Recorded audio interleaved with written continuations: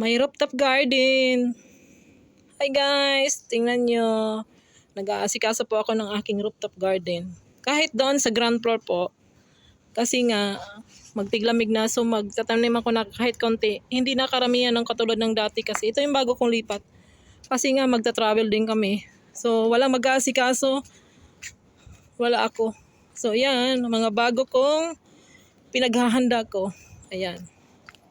Yan guys. So, ito mga natira nung mga nakarang tag-araw. Grabe. Hardworking. Makagisa lang dollar. Dinar pala. Tapos yung kangkong. Ang natira. Ayan. Yan guys. Pinaghahanda ko na ngayon. Kasi kung ano lang yung mga natira kong bulaklak, yun lang. So anyway, bibili siguro ako ng kahit konti lang.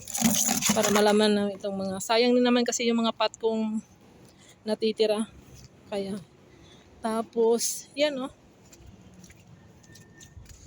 Yung mga naiwan kong ano. Ito yung mga naiwan ko. Yan, pinasok ko kasi ito sa loob.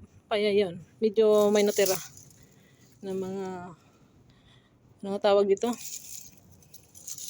Ganda. Ang ganda ng puti.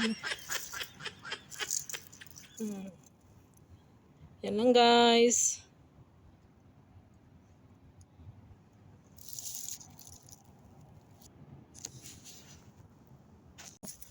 O diba? Ito lang natin goodbye na sila. Ito yellow po ito. Yan.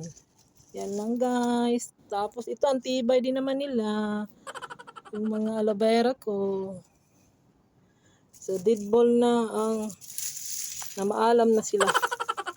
So ililipat ko yan. Yan lang guys. Have a nice day. God bless you.